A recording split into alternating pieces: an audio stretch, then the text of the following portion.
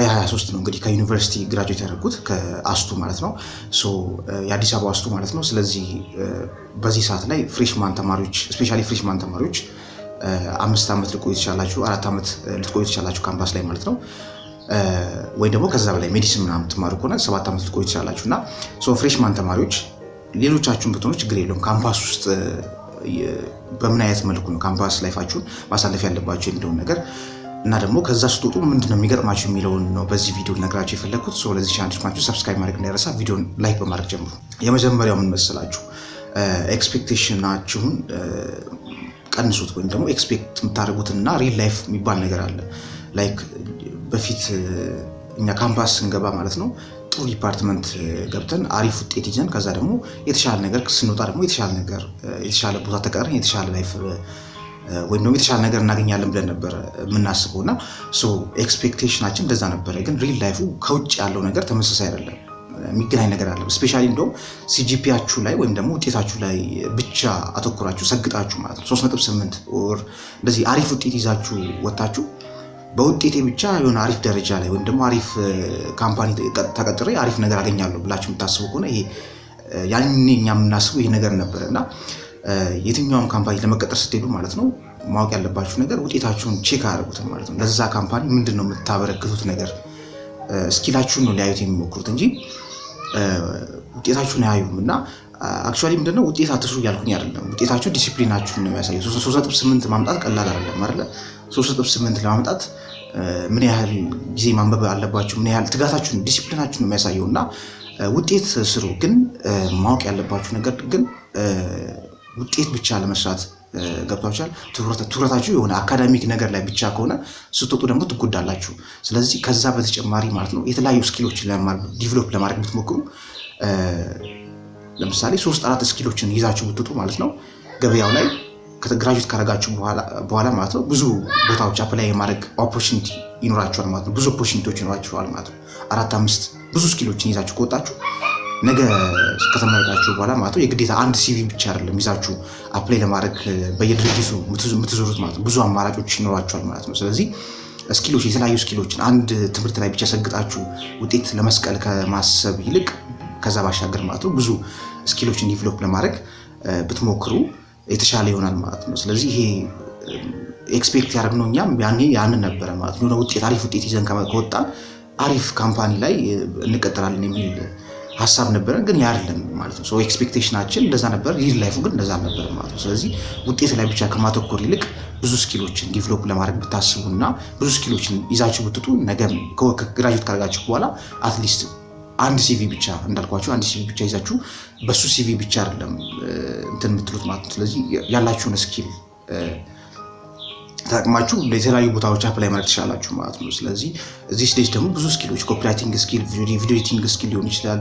ብዙ አይነት ስኪሎች ኦንላይን ልትማሩ የምትችሏቸው ብዙ አይነት ነገሮች አሉና እነዚህ ነገሮች ላይ ብታተኩሩ ፍሬሽማን ብትሆኑ የትኛውም አይነት ዩኒቨርሲቲ ውስጥ ካምፓስ ውስጥ እየተማራችሁ ያላችሁ ተማሪዎች ይህን ነገር ብትገነዘቡ ብዬ እነግራችኋለሁ።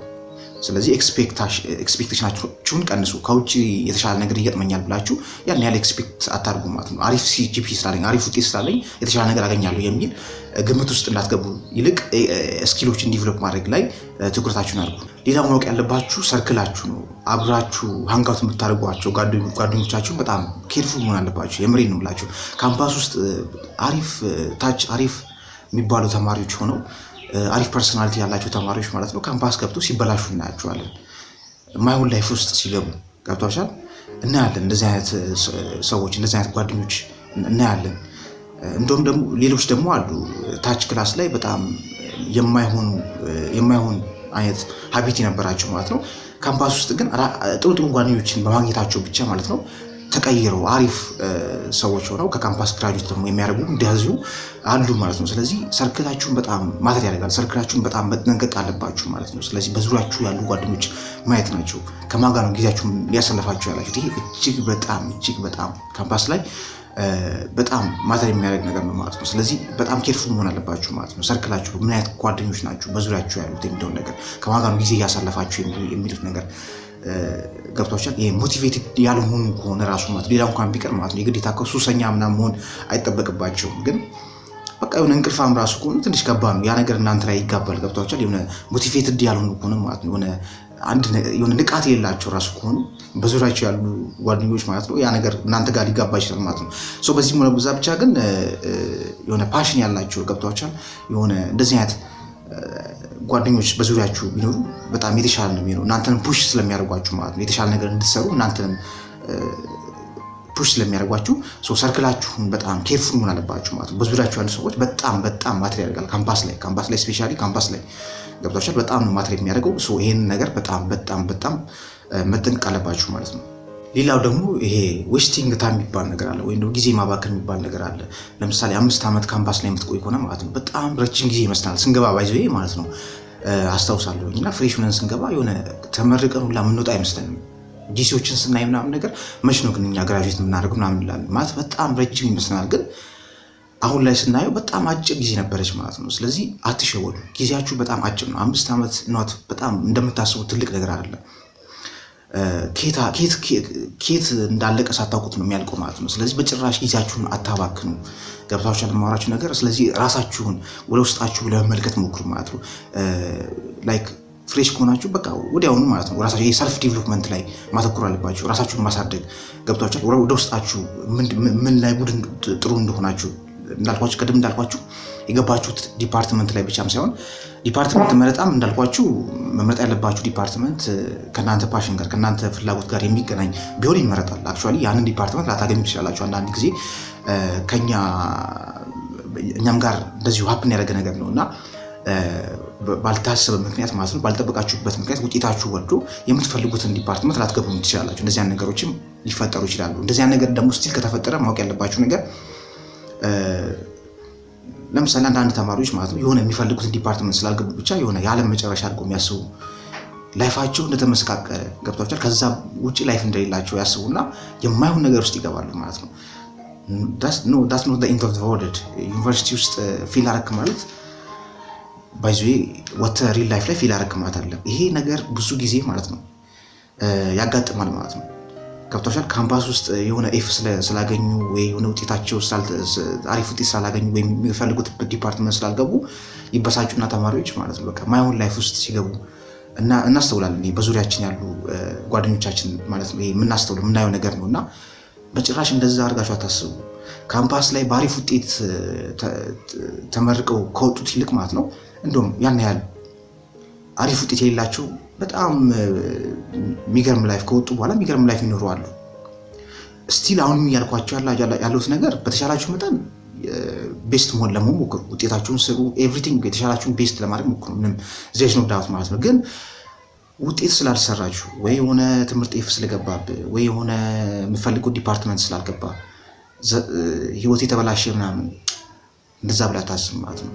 ከህይወት ጋር አታገናኝ። የሆነ ካምፓስ ያለህን ፐርፎርማንስ ከህይወት ላይፍ ጋር ምክንያቱም ወተ ራሱ ማለት ነው በዛ በተመረከበት እንዳልኩ በተመረከበት እንትን ዲግሪ ማለት ነው በተመረከበት ሙያ ራሱ ወተ ላስራበት ትችላለህ። አንተ ራሱ ላፈልገው ትችላለህ።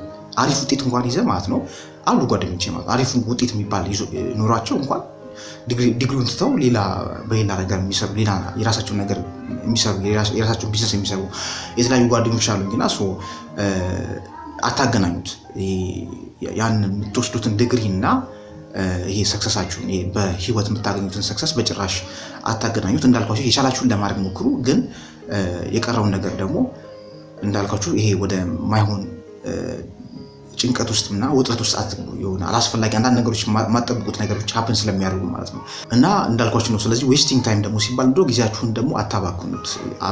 ረጅም ዓመት አለኝ ብዙ ጊዜ አለኝ ብላችሁ ጊዜያችሁን ባታባክኑ ይመርጣል። ስለዚህ በተቻላችሁ መጠን የተለያዩ ስኪሎችን ዲቨሎፕ ለማድረግ ራሳችሁን ለማወቅ ገብቷችኋል ብትጠቀሙበት እንደውም እንደ ካምፓስ ማለት ነው በጣም አሪፍ ቦታ አለ ብዬ አላስብም ማለት ነው። ስለዚህ ራሳችሁን ዲቨሎፕ ለማድረግም ራሳችሁን ለመቅበርም ማለት ነው ትክክለኛ ቦታ ነው ማለት ነው ካምፓስ ማለት። ስለዚህ ካምፓስ ወይ ታርጉበታላችሁ ወይ ደግሞ እንዳልኳችሁ ማለት ነው ይገላችኋል ማለት ነው። ስለዚህ ከተጠቀማችሁበት ታርጉበታላችሁ ማለት ነው። ስለዚህ ያላችሁን ጊዜ ብዙ ጊዜ አለኝ ብላችሁ አትዘናጉ።